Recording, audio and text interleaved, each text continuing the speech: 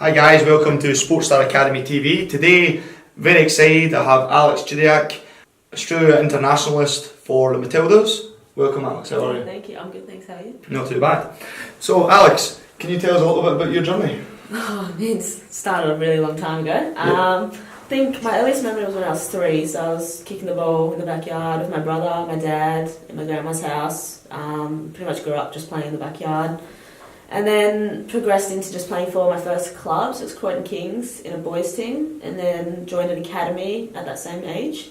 From there I got scouted when I was 9 to play for the state team, and ever since then pretty much been in state, and it's kind of just kept going from there, so it's pretty cool. Perfect. And when did you first obviously break into the national setup? So I think I was 14 when I first, or 13 or 14 when I first got a call up for that under 17 squad. So that was my first trip away with them, was World Cup qualifiers, and that was pretty I had no idea what I was getting into. I was just a little girl from Adelaide. I was really scared, nervous, and then after that I've been in the program. So I went 17s, 20s, Matildas, and it's always been much. I've been changing and still been doing both up until about this year will be my last year of under 20s, and then just national team if I make it.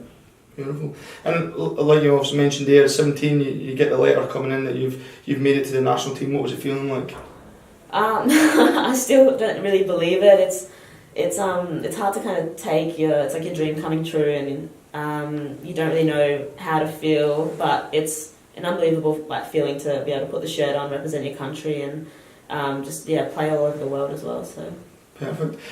And as you mentioned, they're obviously starting at 3 years old. Yeah. Did you always want to be a professional player? I think that's all I've ever wanted to be. I remember, when they ask you at school, what do you want to be when you grow up? It's always professional footballer. There's nothing else that I've wanted to do. So I'm pretty happy that I'm living out my dreams and my goals at the moment.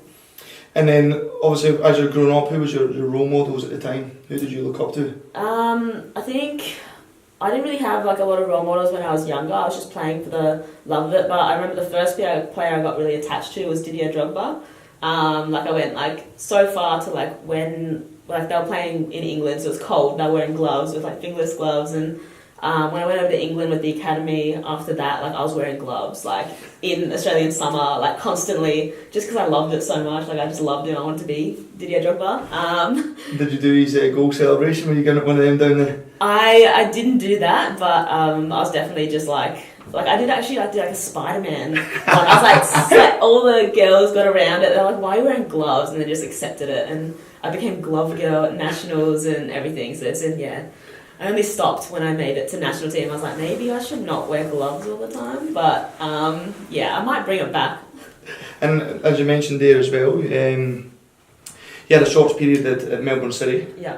How was that experience? That was just a crazy experience. I think I was 16, so I moved out of home. I was living with 5 other teammates in this house, and the professionalism there was it was top shelf, and I was really lucky to be a part of that first year, the inaugural year for the women, and we won everything. We're undefeated, and to be around Matildas at that age and be training with international players that are doing outstanding in their own careers at the moment, that was a big, wake up call to me to know what you need to know what it takes to be at that level, and that definitely helped me for where I'm at now.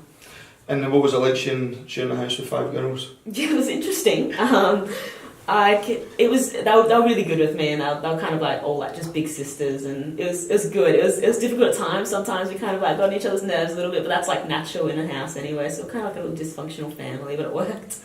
And do you still stay in contact with everyone? Yeah, I still see quite a few of them, and keep in contact when we can and everything like that. But the kind of, we'll call it the Glen House, because that was the house, and we've kind of split up now. We've gone to different teams and some overseas at the moment, but we still have that year as a memory, so it's nice. And talking about overseas, where would you like to see yourself in the future play? Where would be the creme de la creme for yourself? Spain for sure. I love Spanish football, and I was growing up watching Barcelona play. I fell in love with the game through that, as well as watching Chelsea with Drogba, of course. But I just love Spanish football. I love the skills and the tiki-taka football, and I would love to play there and be in that culture.